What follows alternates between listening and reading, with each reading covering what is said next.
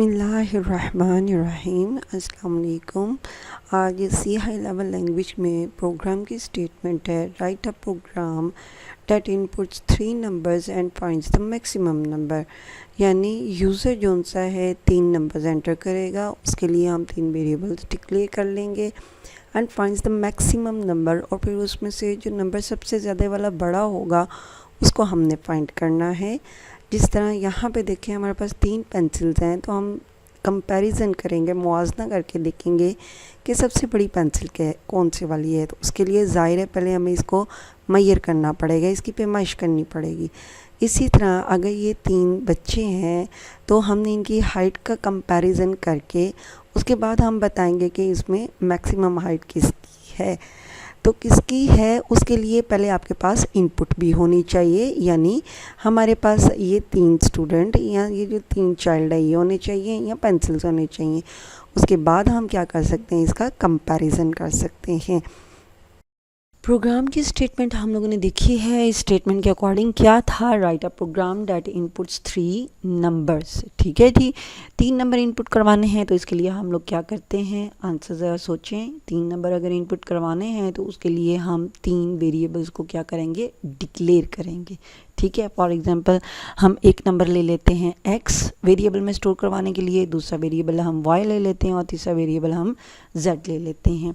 ये variable declare किए गए हैं ताकि आपका यूज़र जो सा है ड्यूरिंग प्रोग्राम एग्जीक्यूशन इन वेरिएबल्स के अंदर प्रोग्राम को अपनी इनपुट को स्टोर करवा सके, क्योंकि वेरिएबल की डेफिनेशन के according variables are used to store the value during the program execution.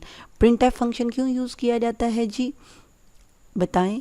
Printf function यहाँ पे यूज़ किया जाएगा यूज़र को मैसेज देने के लिए। वैसे ये आउटपुट फंक्शन है, लेकिन यहाँ पे यूज़र से कहा जाएगा एंटर 3 नंबर्स, यानी 3 नंबर्स को क्या कर दें, एंटर कर दें।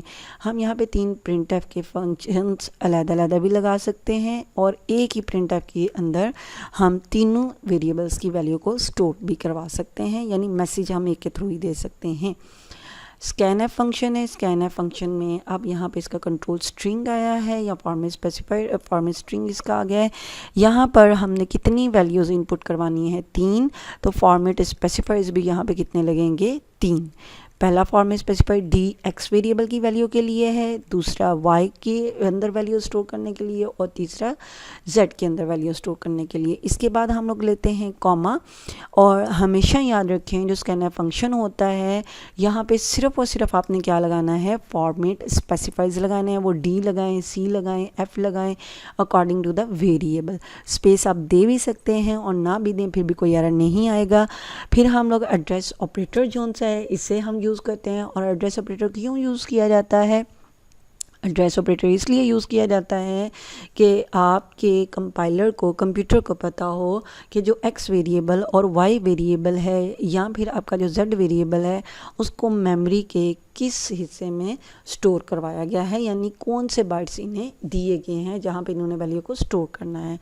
जी यहाँ पर मिस्टेकनली आ गया है वाई, इसको हम लोग कर लेते हैं जेड, क्योंकि हमने इन 3 वेरिएबल्स में वैल्यू को इनपुट करवाना है। नेक्स्ट आगे हमारे क्वेश्चन का पार्ट क्या था, फाइंड्स द मैक्सिमम नंबर। ठीक है, हमने 3 हिस्से अपने प्रोग्राम के कर लिए हैं। जितने भी प्रोग्राम्स हैं उसके ऑलमोस्ट 3 ही पार्ट बनते हैं। एक इनपुट के लिए होता है, एक तो राइट अ प्रोग्राम के लिए होता है, एक इनपुट के लिए होता है और एक इसके लिए होता है लॉजिक ऑफ द प्रोग्राम।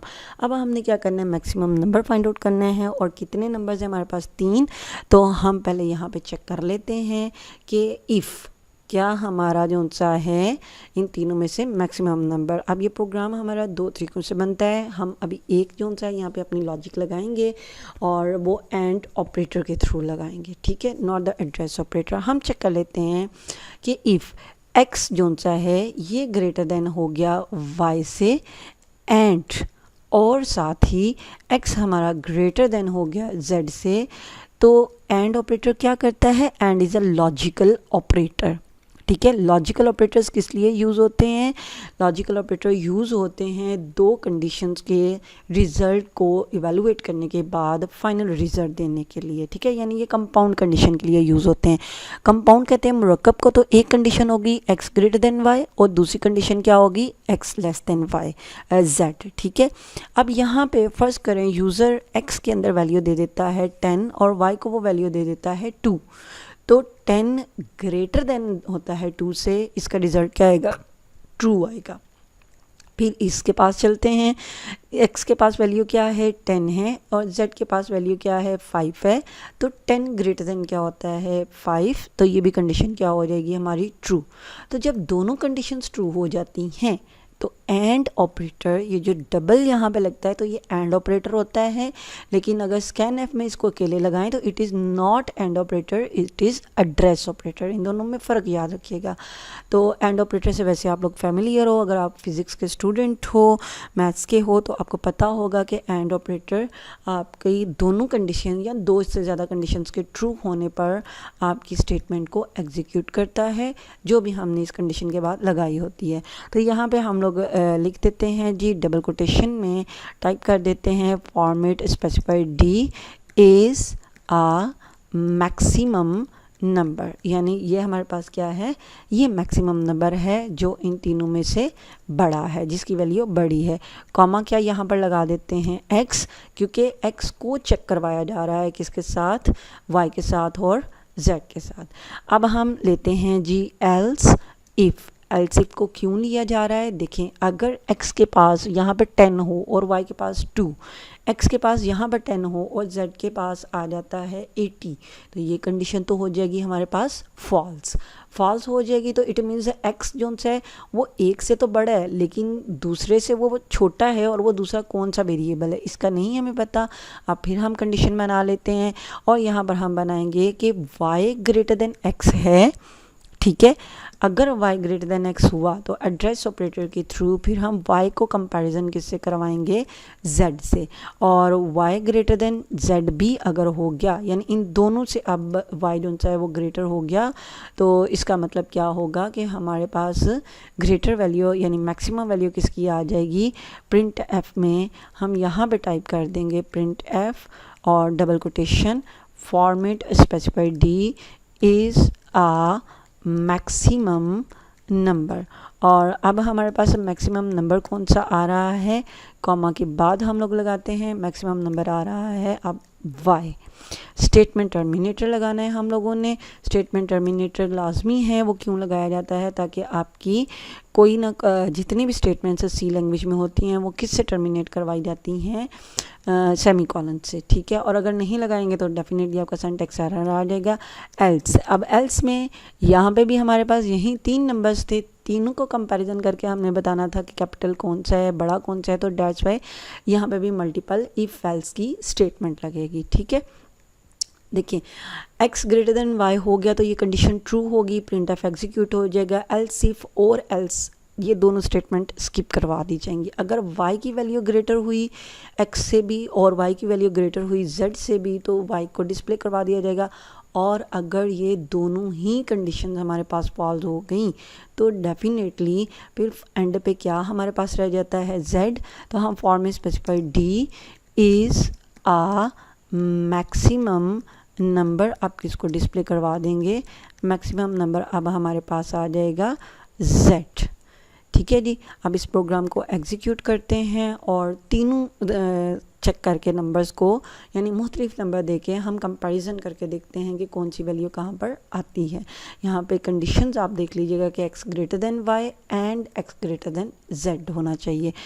चलें जी, Ctrl+F9 करते हैं, इसको कंपाइल किया, कंपाइल करने के बाद फिर हमने साथ ही एग्जीक्यूट भी करवा दिया, क्योंकि Ctrl+F9 आपकी एग्जीक्यूशन के लिए यूज़ होता है। वैल्यू इनपुट करवाते हैं, वैल्यू ऑफ वेरी फर्स्ट 45, ये x वेरिएबल को जाएगी। कीबोर्ड से स्पेस बार जो बड़ी की होती है उसको प्रेस करेंगे और 67 ये y के पास वैल्यू जाएगी। और फिर हम यहाँ पे दे देते हैं 89, ये किसके पास जाएगी, z वेरिएबल के पास। क्यों इस तरतीब से जाएगी, क्योंकि हम लोगों ने स्कैन एफ में पहले किस वेरिएबल का नाम लिखा हुआ था, एड्रेस ऑपरेटर x, फिर एड्रेस ऑपरेटर y और फिर एड्रेस ऑपरेटर z। एंटर की प्रेस करते हैं तो 89 सबसे बड़ा है, तो हमारी आउटपुट में भी क्या आना चाहिए, 89 आना चाहिए। तो 89 इज़ अ मैक्सिमम नंबर है, यानी ये सबसे लार्जर नंबर है। यहाँ पे आप फिर दोबारा इसको देख लें कि मैंने किस तरतीब से वैल्यू इनपुट करवा रही हूँ। जो पहली वैल्यू जाएगी वो x के पास, जो दूसरी जाएगी वो y के पास, और जो तीसरी यूज़र इनपुट करेगा वो z के पास जाएगी। अब x ग्रेटर देन y जो सा है, ये कंडीशन तो हो गई फॉल्स, ठीक है। अब अगर एक भी कंडीशन यहाँ पे फॉल्स हो जाए तो ये पूरे का पूरा इफ़ की स्टेटमेंट क्या हो जाएगी, स्किप हो जाएगी। यहाँ से भी जब हमने y को वैल्यू दी तो y भी जो सा है वो x से नो डाउट बड़ा था, लेकिन y की वैल्यू 89 से क्या थी, छोटी थी, तो ये भी क्या हो गई, स्किप हो गई।